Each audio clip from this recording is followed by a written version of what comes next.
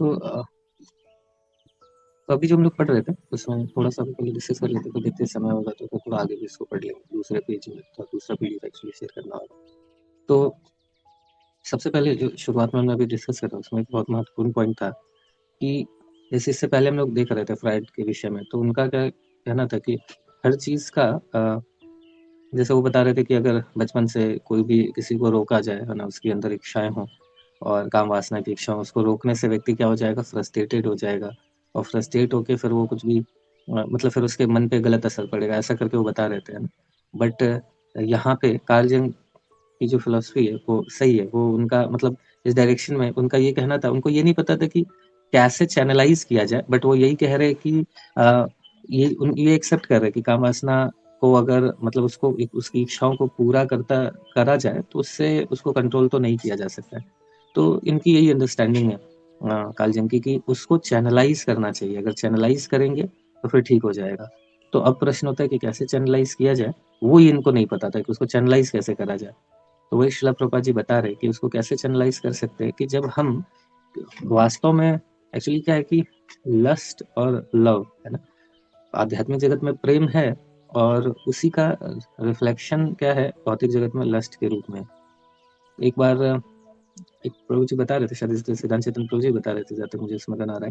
तो प्रभु जी बता रहे थे कि किसी व्यक्ति में जितना ज़्यादा काम है, एक्चुअली उसके अंदर भगवान को उतना उतना ज़्यादा प्रेम करने की कैपेसिटी है।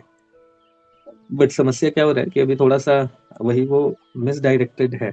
अगर किसी जितना मतलब लस्टी एक्चुअली व्यक्ति है, वो भगवान को उतना प्रेम कर सकता है। उसके अंदर वो इतना प्रेम करने की वास्तव में इच्छा है ना? और वो इतना डेस्परेट है भगवान को प्रेम करने के लिए। लेकिन अभी व्यक्ति को पता नहीं है कि प्रेम भगवान को करना है, तो फिर वो समझ में नहीं आता है उसको, तो फिर बाकी भगवान है नहीं, तो फिर वो क्या मतलब भगवान से थोड़ा-सा कनेक्शन टूटा हुआ है, भौतिक जगत में ये कनेक्शन है। तो उसी प्रेम को लस्ट के रूप में वो खोजता है। लस्ट के रूप में फिर वो अपोज़िट जेंडर में वही खोज रहा है। बट वास्तव में ये जितना जिसके अंदर लस्ट है, वास्तव में उतना ही उसके अंदर भगवान को प्रेम करने की इच्छा है ना? तो थोड़ा अगर बस वो प्यूरिफ़ाई अगर हो जाए, तो वही लस्ट लव में कन्वर्ट हो जाएगा। तो ऐसा करके बता रहे हैं। और एक जो बहुत इम्पोर्टेंट पॉइंट यहाँ पे डिस्कस कर रहे हैं कि कैसे उसको डायरेक्ट किया जा सकता है। शिला प्रभुपाद जी बता रहे हैं कि जो गोपियाँ हैं, है ना? गोपियों की भगवान का गोपियों के साथ जब हम उनके पास टाइम्स को देखते हैं कि भगवान कैसे गोपियों का आलिंगन कर रहे हैं, तो फिर इससे क्या होगा कि काम वासना दूर हो जाएगी। अब ये यहाँ पे बहुत खतरनाक पॉइंट है। और बहुत मतलब हेल्पफुल पॉइंट भी है कई चीज़ों को समझने के लिए। तो जैसे नॉर्मली हम लोग क्या देखते हैं कि जब कल भी जैसे हम लोग डिस्कस कर रहे थे कि जितना ज़्यादा हम उल्टी-पुल्टी चीज़ें देखें, जितने ज़्यादा लस्ट वाली एक्टिविटीज़ देखते हैं, तो फिर क्या होता है कि मन में वैसे ही विचार आने शुरू हो जाते हैं, है ना? और व्यक्ति फिर गलत कार्य ही करता है। तो अभी इतने सारे रेप्स एंड सारा ये सब कुछ होने का पीछे क्या है? क्योंकि उसी चीज़ को परोसा जा रहा है, चाहे किसी चीज़ का एडवर्टाइज़मेंट हो, है ना? कोई कील भी बेच रहा होगा, हथौड़ा भी बेच रहा होगा, उसमें भी कोई है ना स्त्री ही दिखाई जाएगी, वो भी कम कपड़े पहन के, मतलब तो ये तो पूरा हर जगह उसी उसी को पेश किया जा रहा है क्योंकि सबको सबके अंदर जो पता है ना, इनको एडवर्टाइज़मेंट वालों को कि सभी के अंदर काम वासना है, क्या देखने पे ये लोग ध्यान से देखेंगे, क्या बेचने पे, चाहे मूवीज़ हो इसमें। तो जो भी व्यक्ति जब भी हम इन चीज़ों को देखते हैं, तो हमारे अंदर ये भावनाएँ और बढ़ती हैं, है ना? इनपुट जैसा जाएगा मन में फिर उसी तरीके से चीज़ें आती हैं। तो इसलिए बताया जाता है कि जो अ, जिनको मतलब इन चीज़ों से कंट्रोल करना है, तो उनको फिर अवॉइड करना चाहिए, है ना? ऐसे उल्टी-पुल्टी चीज़ों को देखना, क्योंकि वो एक बार मन में प्रवेश कर गया, फिर तो थॉट में जाएगा, थॉट्स में प्रवेश कर गया, तो फिर ग्रेजुअली वो एक्शन भी बन जाएगा, बनेगा ही बनेगा 100%। है ना? बहुत मुश्किल है, इसलिए बेटर है अभी जैसे ये सबकॉन्शियस माइंड के विषय में भी बात कर रहे हैं, तो वही है ना कि जो हम इनपुट्स ले रहे हैं, है ना? तो वो सारा सबकॉन्शियस माइंड में जा जा रहा है और जाके स्टोर्ड हो रहा है और फिर वो उसी तरीके से जो प्रभुपाद जी एग्ज़ाम्पल दे रहे थे कि अचानक से बुलबुला उठता है, तो अभी ऐसा नहीं कि कुछ हुआ है अभी, वो उसका क्या कारण हो पता नहीं। तो हमारे मन में भी जो इच्छाएँ कई बार अलग इमेजिनेशंस आने लगते हैं। ये सारी इमेजिनेशंस या कुछ इच्छाएँ आने लगती है, तो ये सब कहाँ से प्रकट हो रहा है? सब हमने जो इनपुट्स लिए हुए हैं, इस जीवन में भी और पिछले भी जीवन में, है ना? चाहे हम जो सपना देख रहे हैं, जो इमेजिनेशन कर रहे हैं, जो भी कुछ कर रहे हैं, वो वास्तव में हमारे मन में जो चीज़ें स्टोर्ड है, उसी का ही विजुअलाइजे मतलब उसी से ही प्रकट हो रहा है, चाहे इस जीवन का हो चाहे अगले जीवन का हो। कई बार वो डायरेक्टली भी प्रकट हो जाता है, कई बार सुपर इम्पोज्ड भी हो जाता है ना? जैसे हमने एग्जाम्पल के लिए शिला प्रभुपाद जैसे बताते हैं ना कि अगर गोल्ड देखा, हमने पहले गोल्ड देखा हुआ है, पहाड़ देखा हुआ है, तो हो सकता है कि हम सोने का पहाड़ इमेजिन करें, है ना? या फिर हम सपने में देख लें। बट ये इमेजिनेशन ये सब क्यों हो पा रहा है, सपने में क्यों देख पा रहे हैं? क्योंकि सबकॉन्शियस माइंड में वो हमारे है, स्टोर्ड है, मन में वो स्टोर्ड है, तो उसी से वो प्रकट होएगा। तो इसीलिए यहाँ पे ये भी बताया जा रहा है कि हमें बहुत वाइज़ली चीज़ों को देखना चाहिए। और अब देखिए कि ये जो होर्डिंग वगैरह है इधर-उधर लगा के देते हैं, क्यों लगा के देते हैं? है ना? क्यों लगा के देते हैं? इसीलिए तो लगाते हो, इतना इतना ज़्यादा एडवर्टाइज़मेंट पे खर्च क्यों करते हैं? क्योंकि अगर व्यक्ति बार-बार, बार-बार देखेगा ना, अच्छा शाहरुख खान भी कोल्ड ड्रिंक पीता है, ऋतिक रोशन भी पीता है ना? कटरीना कैफ भी पीती है, ये भी पीता है, वो भी पीता है, सब पीते हैं। तो फिर और सबकी प्यास इसी से बुझ रही है। फिर मेरी प्यास भी तो इसी से बुझने वाली है ना? उसको रियलाइज़ेशन आ जाता है। बार-बार देख-देख के, है ना? कि इसके बिना तो कुछ हो ही नहीं सकता है। इसी तरीके से तो क्या होता है ना कि सबकॉन्शियस माइंड में बार-बार जब हिट किया जाता है तो फिर वो चीज़ें फिर थोड़ा-सा लगने लगता है कि हाँ, ये सही है। तो ये पूरा एडवर्टाइज़मेंट इंडस्ट्री इसीलिए अरबों-खरबों रुपए खर्च करते हैं होर्डिंग में, इसमें, उसमें, है ना? बार-बार एडवर्टाइज़मेंट देखते। तो ये इसलिए क्या है कि सबकॉन्शियस माइंड को बहुत ध्यान से देखना होगा। कई बार हमारे जो एक्शंस हैं, वो आप देखिए तो जैसे कई बार यूथ प्रीचिंग में कई यूथ जब में मतलब ये चीज़ शेयर करते करते हैं कि हमारे मतलब हमारी जो आदतें है कुछ-कुछ, तो वो जो हमारी कंडीशनिंग है, कई लोगों को अलग-अलग होता है। एग्ज़ाम्पल के लिए कई सारे नेगेटिव बहुत खतरनाक आदतें होती है ना? कई को पोर्नोग्राफ़ी है या कई ऐसी चीज़ें हैं, है ना? तो वो बताते हैं कि वो काफ़ी समय से तो उसपे मतलब ओवरकम हम लोग कर लेते हैं। बट कई बार क्या होता है कि वो फिर हमने कुछ ऐसा कभी मेट्रो में देख लिया किसी को ऐसा उल्टा-पुल्टा हरकत करते हुए, या फिर हम अ, होर्डिंग देख लिए या कुछ ऐसा एडवर्टाइज़मेंट देख लिए, तो फिर मन में वो विचार फिर से प्रवेश हो जाता है। तो ये फिर हमारे ग्रेजुअली फिर एक्शन में कन्वर्ट होने लगता है। तो इससे कैसे बचें? तो इसके लिए ये भी है कि हमें इनपुट्स पे भी वर्क करना पड़ेगा कि फालतू के इनपुट से बचें। लेकिन वो ये कि बहुत मुश्किल है इनपुट से बचना। अब थोड़ी ना वो टीन वाला चश्मा पहन के घूमेंगे दोनों तरफ से, जैसे घोड़े को पहनाया जाता है, तो 2 डायरेक्ट कुछ नहीं दिखता है, सामने ही दिखता है। वो हम कर नहीं सकते हैं। तो फिर ये समस्या तो है ही, है ना? तो इसीलिए ख़ैर इसका भी बताया जाता है कि कछुए जैसा बिहेव करना है, कि जहाँ पे हमें पता है कई बार हम थोड़ा-सा उसको थोड़ा रलिश करने लगते हैं ना। तो बस वहाँ पे कुछ भी हमको दिख रहा है कि जैसे कछुआ क्या है, उसको जैसे ही डेंजर दिखता है वो अपने छुपा लेता है, और जैसे ही दिखता है कि हाँ, मतलब अभी ठीक है, तो फिर अपना बाहर निकालेगा अपना सर। उसी तरीके से जहाँ भी हमें दिख रहा है कि ये हमारे सेंसेस गलत डायरेक्शन में जा रहे हैं, गलत चीज़ों से एक्सपोज़ हो रहे हैं, तो वहाँ पे अपने सेंसेस को खींचना है कछुए जैसा, है ना? और जहाँ पे लग रहा है अभी ठीक है, भगवान की सेवा या कुछ इससे रिलेटेड है, उसमें इंद्रियों को छोड़ना है ना? तो ये बहुत महत्वपूर्ण है कि सबकॉन्शियस माइंड में क्या कह रहा है, ग्रेजुअली वही हमारे एक्शंस में कन्वर्ट होने वाला है।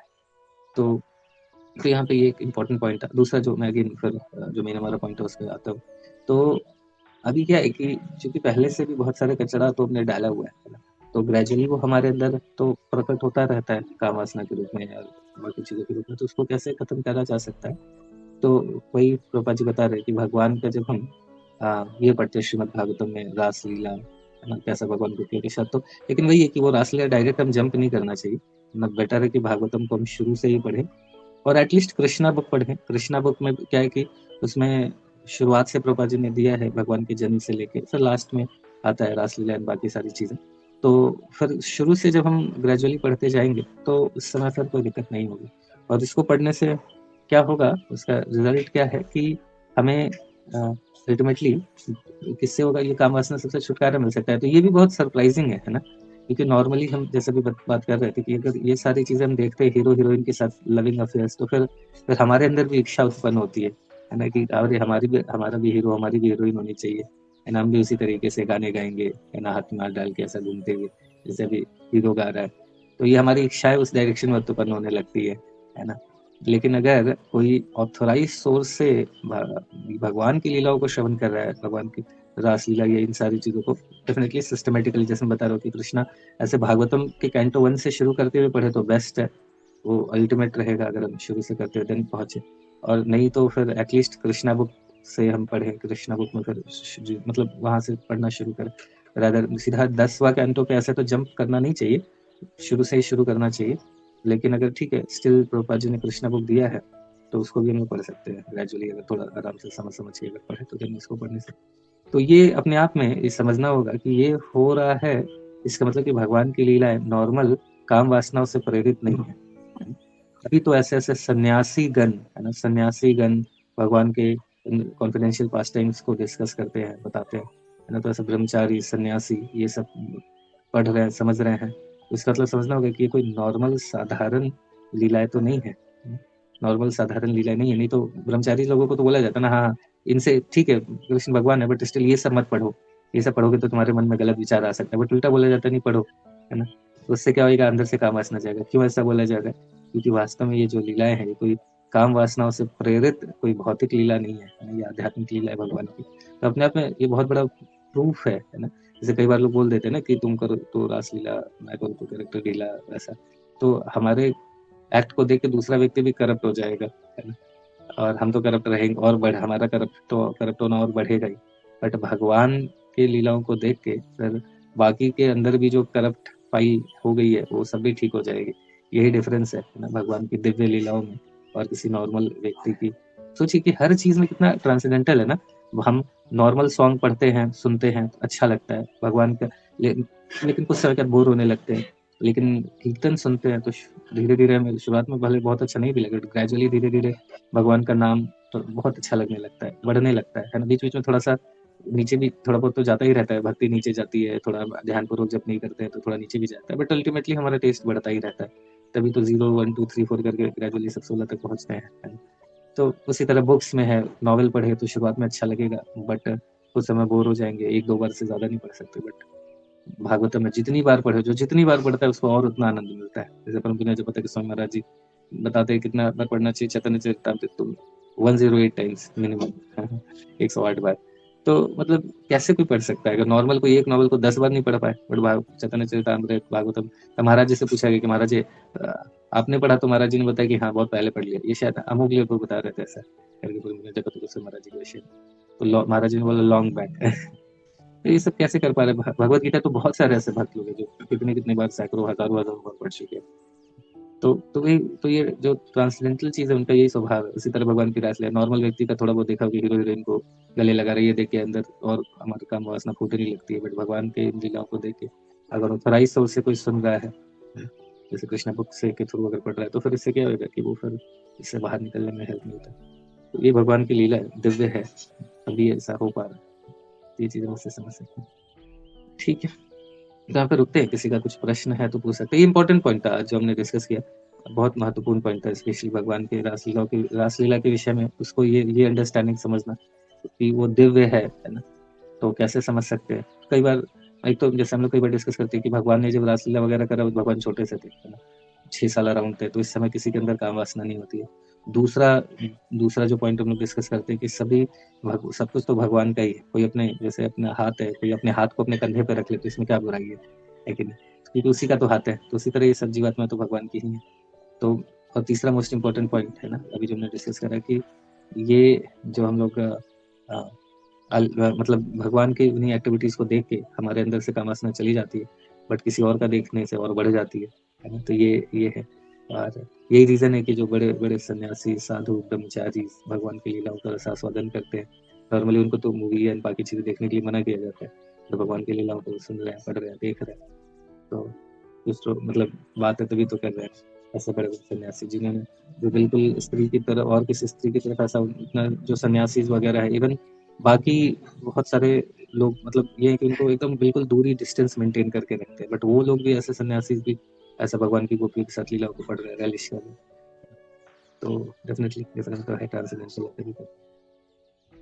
हरे कृष्ण, हाँ, यस। तो ये पॉइंट याद रख सकते हैं। दूसरा हमने जो डिस्कस करा था कि सबकॉन्शियस माइंड को हम लोगों को थोड़ा-सा देखना होगा कि हम जो भी इनपुट्स ले रहे हैं, उसको ध्यानपूर्वक ही लें, क्योंकि वो फिर वही हमारे मन में जो चीज़ें आज जा रही हैं, तो हमारे सेंसेस के माध्यम से ग्रेजुअली हमारे सेंसेस में सारी सबकॉन्शियस माइंड में स्टोर रहती है और बाद में वो हमारे इमेजिनेशन, थॉट्स और तो उन सब में प्रकट होती रहती है। बुलबुला उठता रहता है ना कई बार?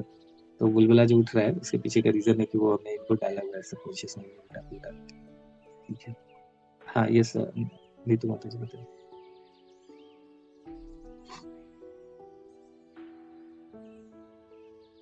आप कुछ क्वेश्चन था तुम तो?